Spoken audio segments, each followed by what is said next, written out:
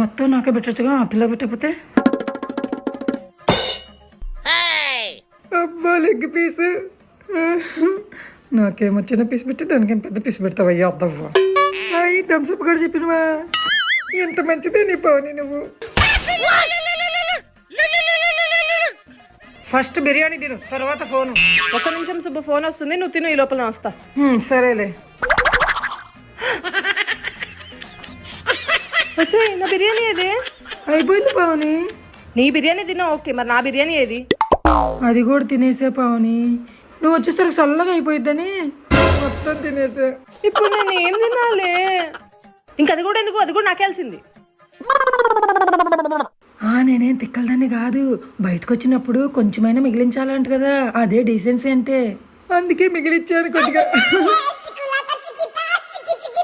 సర్లే పద.